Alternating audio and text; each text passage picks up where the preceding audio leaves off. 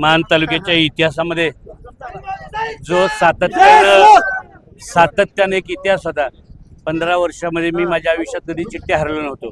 मी आधी पण सांगितलं होतं की चिठ्ठीवर सभापती आणि उपसभापती, अजून उपसभापतीची चिठ्ठी निघते, पण ते पण बघाल चिठ्ठीवर सभापती आणि उपसभापती दोन्ही राष्ट्रवादी काँग्रेस पार्टी झालेले असतील.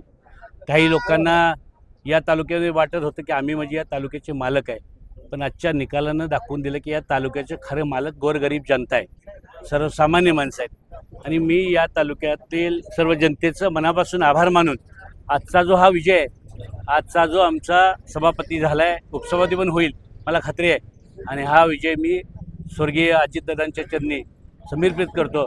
आज खरं तर हे बघायला दादा जिवंत असायला पाहिजे होते. दादा असते तर दादानी आम्हाला या मान तालुक्याला म्हणजे जी काही मान तालुक्याचे विकासाचे स्वप्न आहेत ती सगळी पूर्ण करायला दादा कुठेही कमी पडले नसते. इतकं दादांना आनंद झाला असता, कारण मला माहिती आहे इलेक्शनच्या अगोदर ज्यावेळी भेटलं होतं त्यावेळी दादानी सांगितलं होतं की अनिल तुम्ही मंडळी लढा, मी तुमच्या पाठीमागे आहे. पण स्वर्गात सुद्धा आज अजितदादा अत्यंत खुश असतील की माझा मान तालुका हा माझ्या पाठीमागे उभा राहिला, माझ्यानंतर सुद्धा उभा राहिला. हे दादांना आमची आहे. या इलेक्शनमध्ये आदरणीय मकरंद पाटील, आदरणीय खासदार नितीन काका पाटील या दोघा भाऊभावांनी पूर्ण शक्तीनं ताकदीनं, आणि काही लोक सांगत होते की आम्ही वाईत गेलो कार्यक्रम केला. अरे त्या भाऊभावांनी इथं न येता कार्यक्रम केला, त्यांना मानमध्ये सुद्धा यावं लागलं नाही. त्यांनी वाईत बसून आणि साताऱ्यात बसून करेक्ट कार्यक्रम केला. अजून दुसरी चिठ्ठी निघू द्या, मी ती सुद्धा आमची चिठ्ठी निघेल. आणि याच्यामध्ये जनतेचं जसं कष्ट आहे तसं आम्ही सगळी मंडळी, आदरणीय प्रभाकररावजी देशमुख साहेब असतील, मनोजदादा पोळ असतील, अभयदादा जगताप असतील, ही सगळी मंडळी एका दिलानं एका विचारानं राहिली आणि त्याचं हे फलित आहे. आणि असेच सगळे एका विचारानं राहून खऱ्या अर्थानं आम्ही सर्वसामान्य गोरगरीब माणसांचे सगळे प्रश्न सोडवू एवढंच या निमित्तानं सांगतो. मानच्या जनतेचं मनापासून अगदी हात जोडून या मानच्या जनतेचा आभार व्यक्त करतो. भाऊ, आता तुम्ही म्हणाला की खासदार नितीन काका पाटील असतील, मकरंद आबा असतील, या दोन भावांनी या ठिकाणी येऊन न येता कार्यक्रम केला. आता तुम्ही जिल्हा परिषद सदस्य कोकोडाड गटातून झालाय, जेडपीचा अध्यक्षाची निवडणूक आता 20 तारखेला आहे, काय सांगाल त्याच्याबद्दल?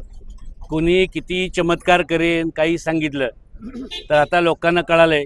काही लोक सांगत होते की या मान तालुक्यामध्ये 15-0 होणार आहे. आपण बघितलं मान तालुक्यात जनतेनं 8-7 केलं, आणि आत्ता तर अशी परिस्थिती आहे, कोणी चमत्कार सांगू दे, काही सांगू दे, काही चमत्कार वगैरे काही होणार नाही. जे जनतेनं जो कौल दिला आहे त्याप्रमाणेच घडेल.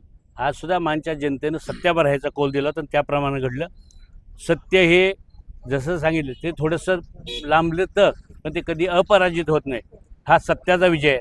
आणि जिल्हा परिषदमध्ये सुद्धा आम्हीच चमत्कार करू. आता यांचा चमत्काराचा बागलबुवा सगळा संपलेला आहे.